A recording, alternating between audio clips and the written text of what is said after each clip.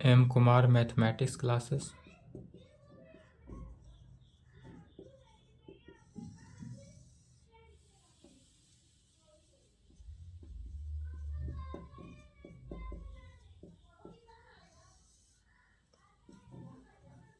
Class 12th.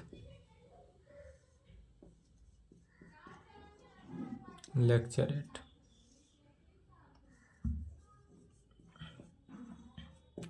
Chapter 13 चल रहा था, लास्ट चैप्टर है। इसमें प्रॉब्लम ऑन प्रोबेबिलिटी क्या चल रहा था, प्रोबेबिलिटी का क्वेश्चन चल रहा था। Problem on probability, NCERT book exercise 13.4।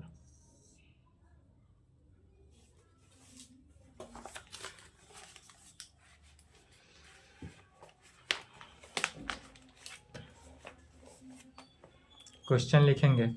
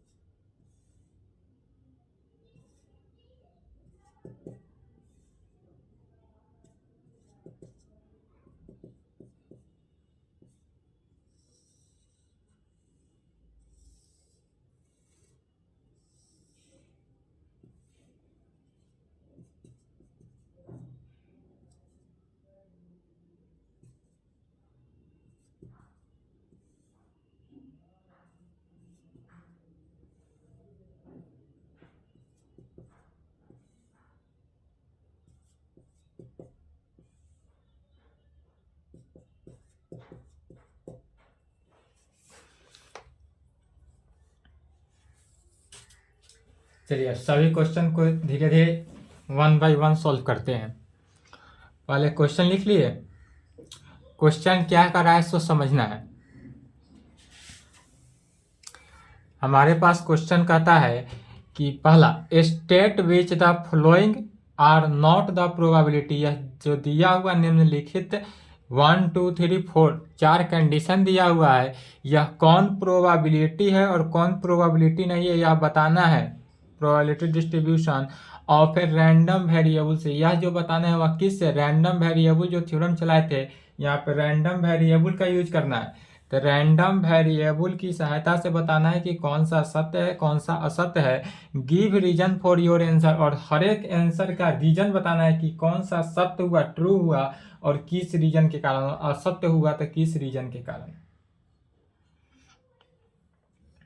तो पहले जो दिया हुआ है क्वेश्चन को उसी से क्या कर रहा है क्वेश्चन में, state which of the following are not the probability distribution of a random variable.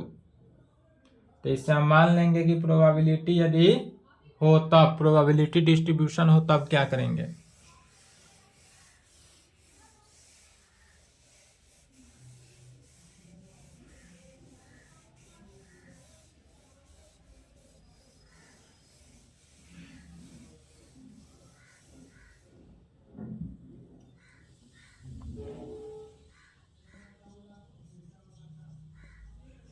पहला का सॉल्यूशन, सबसे पहले कहेंगे वी नो डैट, हम चूंकि जानते हैं, we know that the sum of the probability in a probability distribution is one. क्या जानते हैं, वी नो डैट, चूंकि हम जानते हैं कि the sum of the probability in a probability distribution is one का है, या इस प्रकार से लिख सकते हैं वन, वन ब्रैकेट में लिखेंगे यूनिटी, इस प्रकार से लिखें।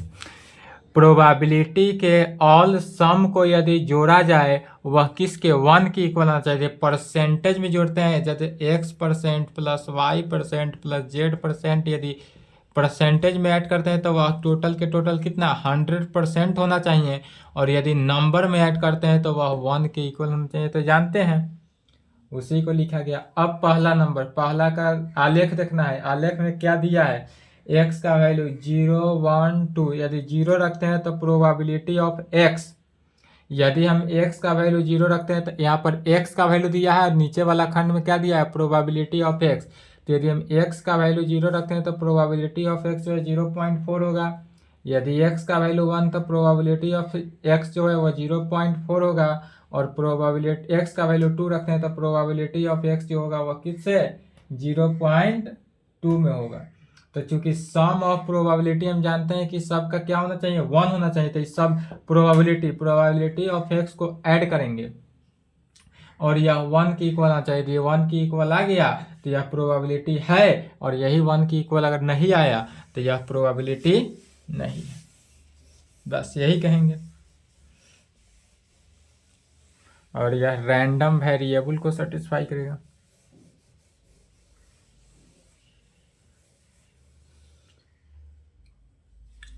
अब पहला number, sum of the probability, क्या करेंगे, सम ऑफ द प्रोबेबिलिटी, जो प्रोबेबिलिटी है सभी को ऐड किए थे, 0.4 प्लस 0.4 प्लस 0.2, सभी को ऐड करेंगे तो यह 0.1 में आ जाएगा, सॉरी 1.0, सभी को ऐड किए 1.0, और 1.0 जो है 1 की इक्वल आ गया। तो इसका प्रोबेबिलिटी चूंकि यूनिटी आ गया इसलिए अब प्रोबेबिलिटी में है, तो इसलिए the given table is a probability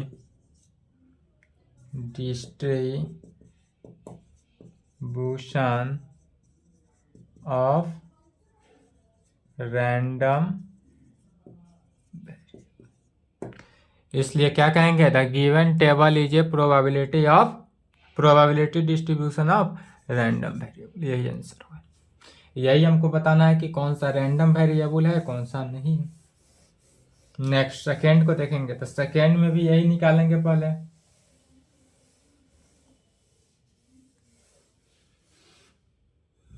लिखें, क्योंकि इसी साइड का मिटाएंगे।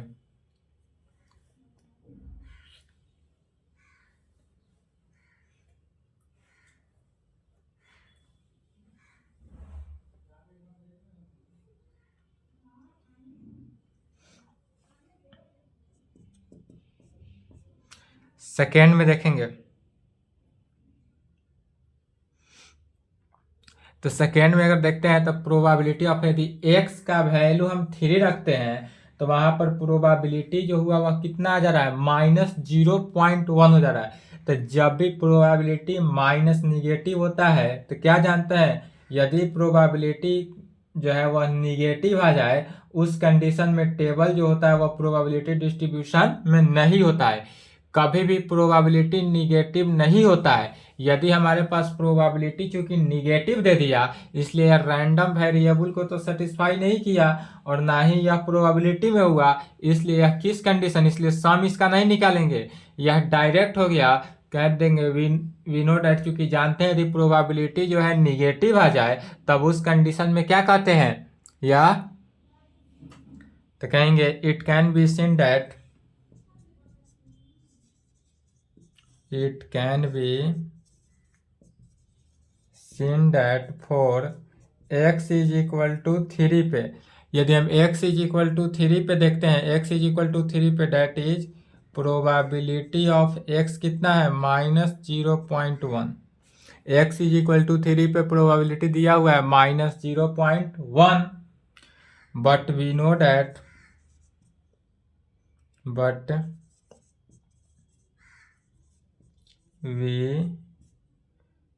that probability of any observation is not negative, therefore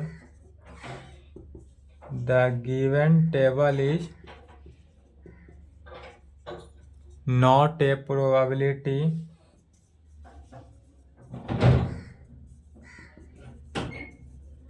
distribution of random ये तब क्या कहते हैं, बट वी नो डैट, हम चूंकि जानते हैं कि प्रोबेबिलिटी ऑफ एनी ऑब्जर्वेशन, हमारे probability of any observation is not negative, हमारे पास किसी भी प्रोबेबिलिटी जो है वह निगेटिव नहीं होता है, इसलिए the given table is not a probability distribution of random variable, इसलिए जो हमारे पास गिवन टेबल हुआ यह प्रोबेबिलिटी डिस्ट्रीब्यूशन में भी नहीं होगा, ना ही यह रैंडम वेरिएबल हुआ।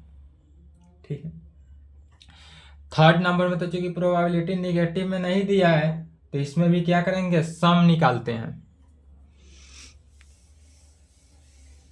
सम किसके इक्वल होना चाहिए, 1 के इक्वल, यूनिटी के इक्वल होना चाहिए।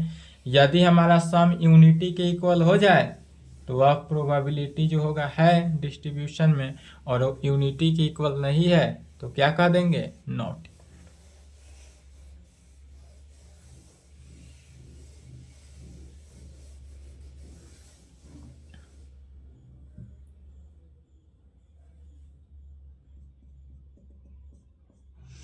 थर्ड में भी निकालेंगे किसका सम, तो प्रोबेबिलिटी का सम निकालना है।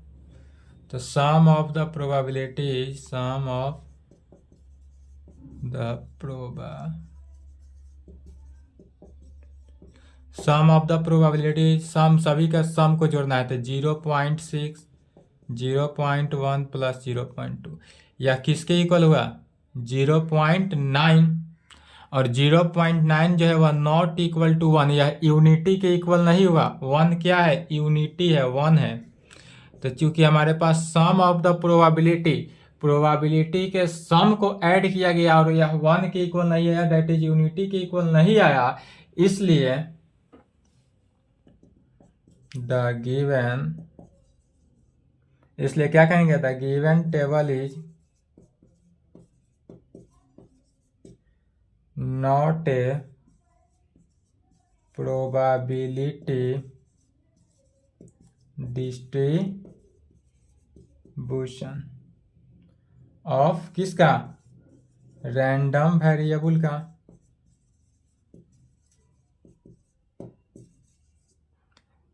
चूंकि सम ऑफ द प्रोबेबिलिटी जो है नॉट इक्वल टू यूनिटी, इसलिए कह सकते हैं the given table is not a probability distribution of किसका, तो रैंडम वेरिएबल का।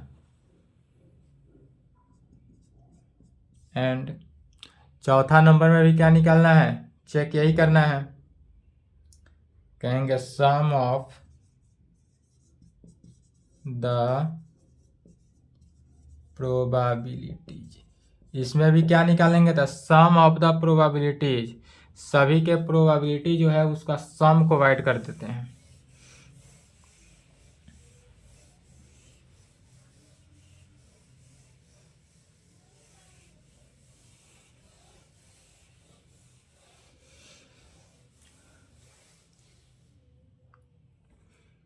सम को ऐड किया गया, कितना हो गया, 0.3 प्लस 0.2 प्लस 0.4 प्लस 0.1 प्लस 0.05 में, यहाँ पर दिया हुआ है 0.05, सभी को ऐड करेंगे तो 5 तो हुआ,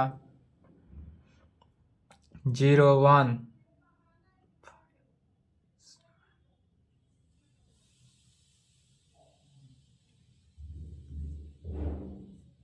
यह हो रहा है 1.05, यह 1 से अधिक हो गया 1.05, और 1.05 भी जो है यह नॉट इक्वल टू 1, 1 क्या है, यूनिटी, यह भी 1 की इक्वल तो नहीं है, 1.05, 05 पॉइंट जो है वो बढ़ गया तो यह इक्वल नहीं है, इसलिए सेम लैंग्वेज लिख देंगे। इसलिए the given table is not a probability distribution of random variable, इसलिए यह भी प्रोबेबिलिटी जो है नहीं होगा।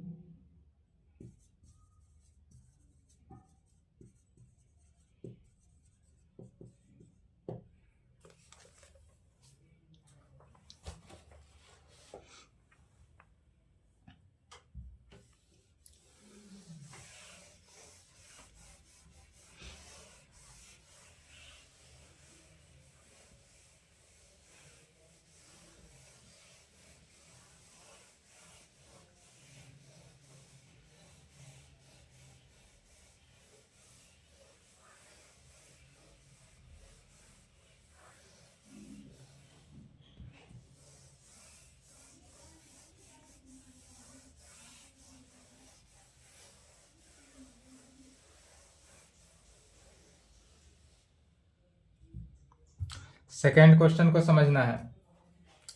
सेकेंड नंबर क्वेश्चन में कह रहा है एन अर्न कंटेन, यदि कोई अर्न है, उस अर्न में 5 रेड बॉल और 2 ब्लैक बॉल है। यह क्वेश्चन, ऐसा क्वेश्चन सेम पिछले एक्सरसाइज 13.3 में भी बताया गया था। एक अर्न था जिसमें 5 रेड बॉल और ब्लैक बॉल कंटेन कर रहा था, वहां भी 5 रेड, वहां 5 ब्लैक था। तो इसमें देखना है, इसमें रैंडम वेरिएबल से दिखाना है। तो कहेंगे an urn contain 5 red and 2 black balls, 2 balls are randomly drawn कर रहा है। यदि 2 बॉल जो है, 2 बॉल ऐसा है जो रैंडमली ड्राउन करता है, तब लेट मान लेंगे represent the number of black ball का नंबर को रिप्रेजेंट करना है, अर्थात दिखाना है। What are the possible value of x पे, यदि एक्स जो है वह रिप्रेजेंट करता है किसके, ब्लैक बॉल का। मान लिया गया, यहाँ पर क्वेश्चन में ही माना हुआ है, let x represent the number of black ball को रिप्रेजेंट करता है किस, ब्लैक बॉल के नंबर को, ब्लैक बॉल को नहीं, ब्लैक बॉल के नंबर को रिप्रेजेंट करता है यदि एक्स से, तब what are the possible value of x. तो एक्स का पॉसिबल वैल्यू, डेट इज कहने का मीनिंग क्या हुआ, ब्लैक बॉल के नंबर का पॉसिबल वैल्यू क्या होगा, इज यदि एक्स ए रैंडम वेरिएबल हो, यदि हमारे पास कैपिटल एक्स जो है वह कैसा हो, रैंडम वेरिएबल हो तब। चलिए इसका आंसर लिखेंगे।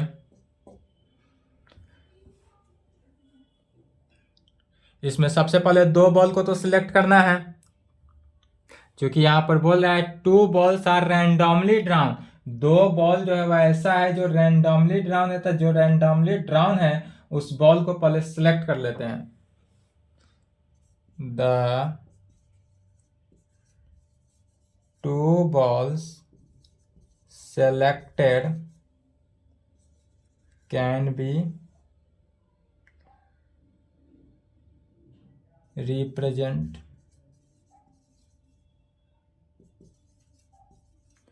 2 बॉल को सिलेक्ट किया गया जिसको रिप्रेजेंट करता है। तो यदि किसी अर्न में रेड भी बॉल है और ब्लैक भी बॉल है, तो 2 बॉल निकालने में क्या क्या हो सकता है, या तो दोनों बार में ब्लैक ही निकले। यदि किसी बॉक्स है, मान लेते हैं यदि हमारे पास कोई बॉक्स है, इसमें ब्लैक भी है और रेड भी है, ब्लैक कितना है, 2 है और रेड 5 है, तो मान लेते हैं फर्स्ट बार में ब्लैक निकला और उसके बाद फिर से ब्लैक ही निकल जाए। दूसरा हो सकता है कि पहले ब्लैक निकल जाए उसके बाद रेड भी निकल सकता है, या कहीं पहले रेड निकले बाद में भी ब्लैक निकल सकता है, या दोनों बार में क्या हो सकता है, रेड भी निकल सकता है। वेयर कहेंगे जहां बी जो है, बी यह रिप्रेजेंट कर रहा है किसको, रिप्रेजेंट माने दिखा रहा है किसको, ब्लैक बॉल को। तो represents a black ball and R represent करता है किसको, ए रेड बॉल।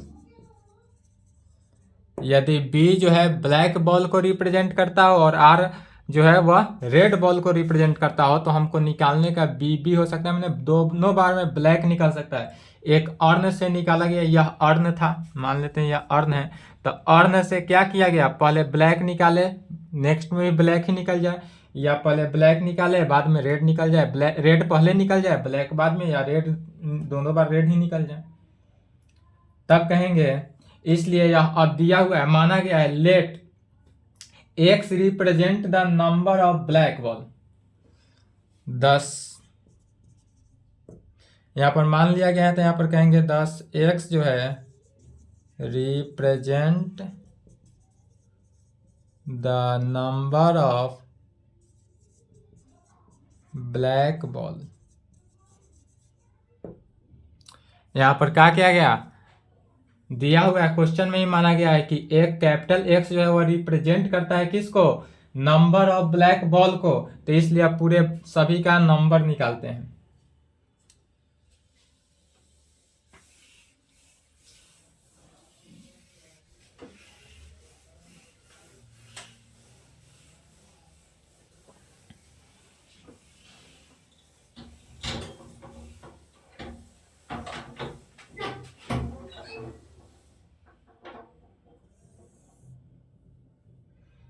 इसलिए नंबर ऑफ ब्लैक, यदि दोनों बार में ब्लैक बॉल आए तो उसका नंबर क्या होगा, नंबर ऑफ ब्लैक रेड का निकालेंगे, फिर उसके बाद नंबर ऑफ रेड ब्लैक का निकालना है, फिर उसके बाद एंड लास्ट में नंबर ऑफ एक्स किसको डिनोट करता है, नंबर को, रेड का निकालेंगे। ब्लैक का ही काउंटिंग करना है, क्योंकि ब्लैक एक्स किसका, एक्स जो है represent the number of black, इसमें कितना ब्लैक की संख्या, तो एक्स यदि नंबर ऑफ ब्लैक, ब्लैक इसमें ब्लैक कितना है 2, तो 2 लिखेंगे। इसमें ब्लैक कितना है 1, तो 1, इसमें भी ब्लैक की संख्या 1, रेड को छोड़ देना है, सिर्फ ब्लैक, इसमें तो दोनों रेड ही है तो ब्लैक नहीं है, तो क्या हो गया 0। तो इसलिए द पॉसिबल वैल्यू कर रहा था निकालने के लिए, तो कहेंगे इसलिए द पॉसिबल वैल्यूज ऑफ किसका, एक्स, एक्स क्या है, तो एक्स जो है वह number of the black ball, black ball का नंबर वैल्यू करा है, तो एक्स आर, एक्स का पॉसिबल वैल्यू क्या क्या हो सकता है, 0 हो सकता है, 1 हो सकता है एंड 2 हो सकता है, इसके आगे नहीं होगा, कि एक्स होगा, 0 होगा, 1 होगा एंड 2 होगा। फिर कह रहा था क्वेश्चन में, यहां पर देखेंगे, फिर कह रहा है what is the possible value of x, तो पॉसिबल वैल्यू ऑफ एक्स कितना हो गया 0 1 2, यह भी हुआ, यहाँ भी आंसर हुआ। इसके साथ साथ एक और करा है, is x is a random variable, क्या एक्स रैंडम वेरिएबल है, तो हाँ, तो लिखेंगे यस है, तो x is a random, yes.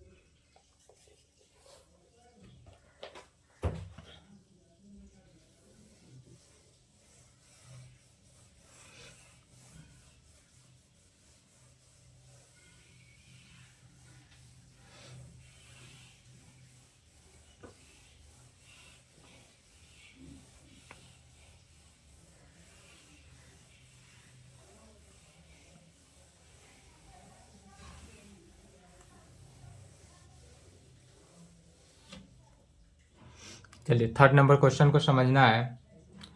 Late यहाँ पर मान लिया गया, क्या मानते हैं, तो लेट एक्स यदि represent the difference between the number, यदि एक्स जो है वह ऐसा नंबर को रिप्रेजेंट करता है जो डिफरेंस हो, दोनों क्या है, दोनों के दोनों डिफरेंस हो, मैंने ऐसा लेंगे जो एक डिफरेंस हो, number of head and number of tail, head की संख्या भी, हेड भी डिफरेंस हो और टेल भी डिफरेंस हो, ऑब्टेन वेन एक क्वाइन में। अब इसको ऐसा लेना है कि यह हेड होना चाहिए, माने क्वाइन में है, क्वाइन में कैसा होगा, चाहे हेड भी हो और टेल भी होना चाहिए। When a coin is tossed 6 time, एक क्वाइन को टोटल कितने बार 6 टाइम में टॉस किया जाता है। What are the possible value of x, तब इसका पॉसिबल वैल्यू ऑफ एक्स क्या होगा। तब पहले इसका सॉल्यूशन देखते हैं। पॉसिबल वैल्यू बताना है, गिवन डेट हमारे पास दिया हुआ क्या है, तो एक ऐसा डिफरेंस, एक क्वाइन है, एक क्वाइन इज टॉस्ड 6 टाइम, एक क्वाइन को टोटल कितने बार 6 बार टॉस किया जा रहा है। वेयर जहाँ एक्स जो है रिप्रेजेंट करता है और एक्स क्या कर रहा है, represent the difference between the number of head and the number of tail. Number of head और नंबर ऑफ टेल को भी रिप्रेजेंट करता है। तो चलिए पहले जो क्वेश्चन है उसी को लिख रहे हैं लैंग्वेज में। Given that A coin is tossed 6 times, एक क्वाइन को कितने बार 6 टाइम्स टॉस किया जा रहा है, एंड कैपिटल एक्स जो है रिप्रेजेंट द, इसी को लिखना है, let x represent the between head and number of tails, यहां तक लिख देना है। तो कहेंगे and x represent the difference between the number of head and the number of tail। ऐसा रिप्रेजेंट करता है कि नंबर ऑफ हेड और नंबर ऑफ टेल जो है दोनों के दोनों क्या है, अलग अलग है। इसलिए एक्स तो रिप्रेजेंट करता है, तो एक्स जो है यह हो सकता है 6 टाइम टॉस किया जा रहा है, तो माने 6 बार में हेड आए। यदि 6 बार हेड आ जाए, या तो कहा नहीं जा सकता हेड नहीं तो टेल आएगा। यदि 6 बार हेड आया तो टेल का वैल्यू कितना होगा, 0 बार। यह हो सकता है यदि हमारे पास हेड 6 बार आ जाए। एक क्वाइन को यदि हम 6 बार उछालते हैं, एक सिक्का को यदि हम 6 बार उछालते हैं, तो उसमें क्या होता है, 6 बार के 6 बार में हेड आ जाए तो उसमें टेल की संख्या 0 हो जाए। या 5 बार हेड आए, 1 बार टेल आए। या 4 बार हेड आए, 2 बार टेल आएगा। यदि 4 बार हेड आया तो टेल की संख्या कितना हो जाएगा, 2 बार ही आएगा। टोटल उछाला तो जा रहा है 6 बार ही। यदि 3 बार हेड आए तो 3 बार टेल आएगा। यदि 2 बार हेड आए तो 4 बार टेल आएगा। यदि 1 बार हेड आए तो 5 बार टेल आएगा। एंड लास्ट में आते आते क्या हो गया, हेड की संख्या 0 हो जाए, 0 हेड आ ही नहीं तो 6 बार क्या हो जाएगा, टेल ही आएगा। यही बना कि ये टेल आया, हेड आया, हेड 6 बार हेड, 0 बार टेल। तो सबको क्या करेंगे, मॉडुलस दे देंगे। चूंकि यह निगेटिव साइन नहीं होता है, पॉजिटिव साइन होता है, तो मॉडुलस ऑफ कितना, 6 में से 0 को माइनस करेंगे तो 6 बार। मॉडुलस ऑफ 5 से 1 माइनस किए 4, 4 minus 2 2, 3 minus 3 0, 2 minus 4 2, 1 minus 5 4, 0 minus 6 6। यह वैल्यू हमको यह निकला रिजल्ट। इसमें क्वेश्चन में अब क्या कर रहा है कि हमको तो कर रहा है पॉसिबल वैल्यू निकालना है, तो कर सकते हैं 10 the possible values of x. किसका, what are the possible values of x. तो 10 the possible values of x are, x का पॉसिबल वैल्यू क्या क्या हुआ, 6 4 2 0, 6 4 2 एंड यही हो सकता है पॉसिबल वैल्यू, यही आंसर।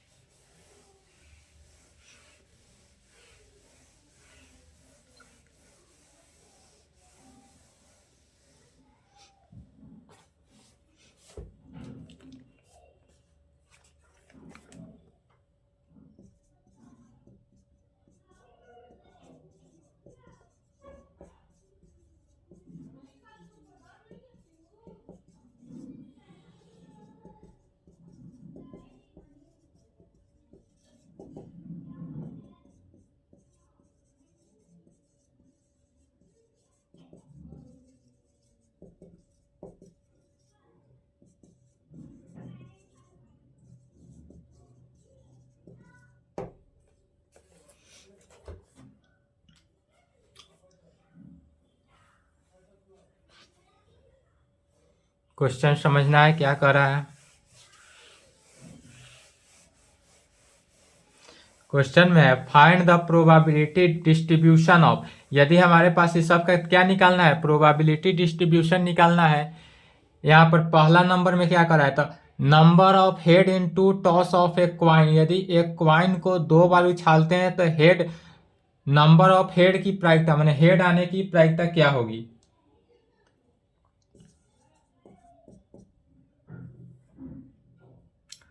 लिखेंगे वेन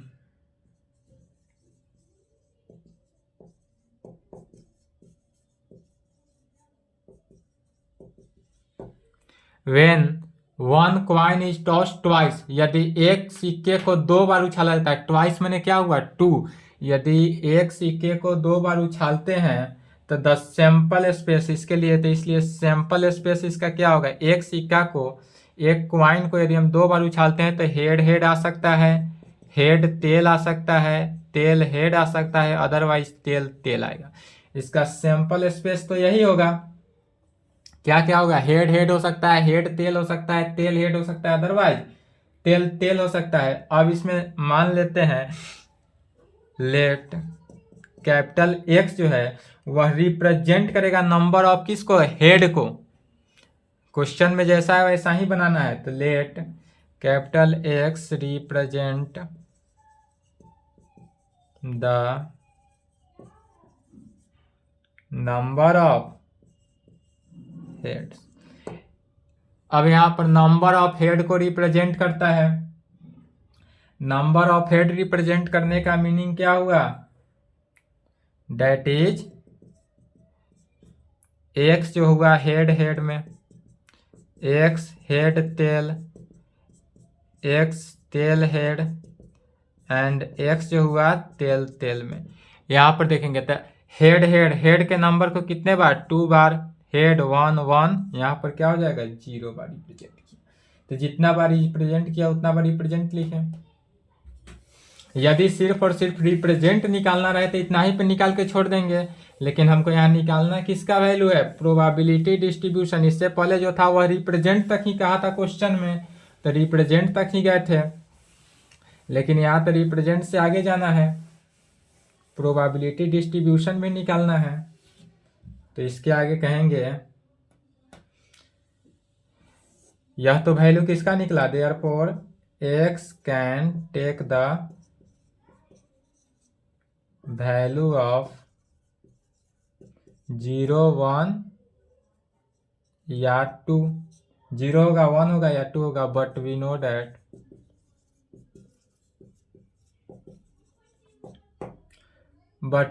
अब हम क्या जानते हैं, चूंकि आप थ्योरेटिकल क्लास में लिखाया गया था, प्रोबेबिलिटी ऑफ हेड हेड भी 1/4 के इक्वल होता है। प्रोबेबिलिटी ऑफ, अगर हेड हेड की प्रोबेबिलिटी निकालते हैं तो 1/4, प्रोबेबिलिटी ऑफ हेड तेल का निकाले या भी 1/4, प्रोबेबिलिटी ऑफ तेल हेड निकाले या भी 1/4, एंड प्रोबेबिलिटी ऑफ तेल तेल निकालेंगे तो यह भी 1/4 आने की ही प्रायिकता है। इसलिए अब सभी पे निकालना है, x इज इक्वल टू 1 पे, देयरफॉर कह सकते हैं probability of x is equal to 0 से निकालना है, 0 1 या 2, 0 पे निकालते हैं सबसे पहले। तो यदि इसलिए probability of x is equal to 0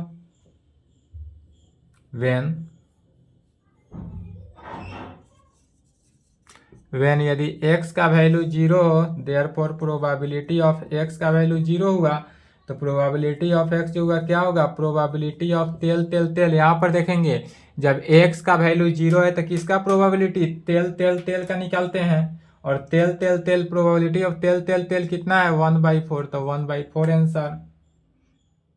second, when जब x का वैल्यू कितना 1 रखते हैं तो probability of x is equal to 1। यदि हम प्रोबेबिलिटी ऑफ x 1 रखते हैं तो दो कंडीशन, एक प्रोबेबिलिटी ऑफ हेड तेल भी हो सकता है, हेड तेल की भी प्रोबेबिलिटी, और प्रोबेबिलिटी ऑफ तेल हेड की। तो यहाँ पर कहेंगे प्रोबेबिलिटी ऑफ हेड तेल प्लस प्रोबेबिलिटी ऑफ तेल हेड। यहाँ पर प्रोबेबिलिटी ऑफ हेड तेल का वैल्यू भी 1/4 प्लस 1/4 4 इज इक्वल टू, इसको सॉल्व किए तो 1/2 में, एंड अब x का वैल्यू यदि 2 हो तो x का वैल्यू 2 हो तो प्रोबेबिलिटी अब किस पर, हेड पर ही निकालेंगे।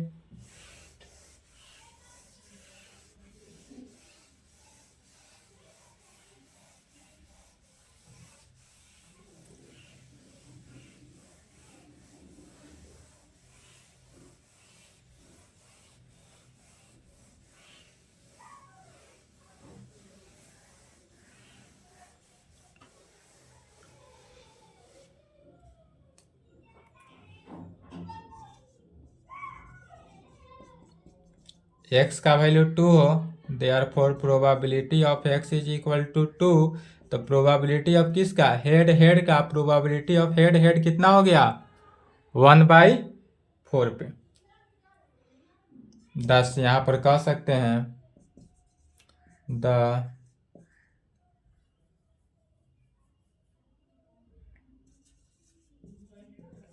required probability distribution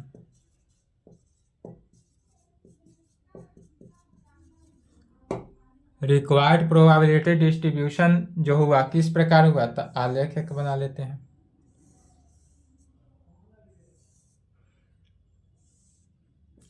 x यहाँ पर क्या हुआ, प्रोबेबिलिटी ऑफ x का वैल्यू कितना, 0 1 2 0 1 2। यदि हम x का वैल्यू 0 रखे थे तो इसका प्रोबेबिलिटी कितना निकला, 1/4। आंसर में 1/4 लिखा होगा या 1/4 को किस में, पॉइंट में कन्वर्ट कर देंगे। वेन x का वैल्यू यदि 1 है तो कितना निकला, 1/2, और यदि यह वैल्यू है तो कितना, 1/4। और यही हमारा रिक्वायर्ड आंसर। यहाँ तक कंप्लीट करें, इसके आगे जितने क्वेश्चन है बनाने की कोशिश कर लेंगे। इसके आगे नेक्स्ट क्लास, एक क्लास और देंगे, उसके बाद आप लोग का सिलेबस यहीं पे कंप्लीट छोड़ देंगे। यहाँ तक कंप्लीट करें, एक क्लास और जाएगा 12th का, उसके बाद नहीं जाएगा। वह चलेगा बर्नौली पे, लास्ट एक्सरसाइज 13.15।